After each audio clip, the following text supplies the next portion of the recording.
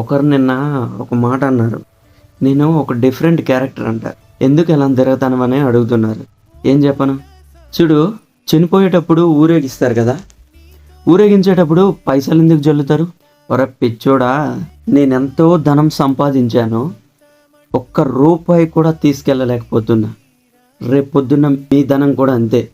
అందుకే న్యాయంగా, ధర్మంగా, మనకి నచ్చినట్టు మనం బతకాలి. మన దేశంలో ఎన్నో ప్లేసులు ఉన్నాయి. ఓన్లీ మనం హైదరాబాద్ వరకేనా?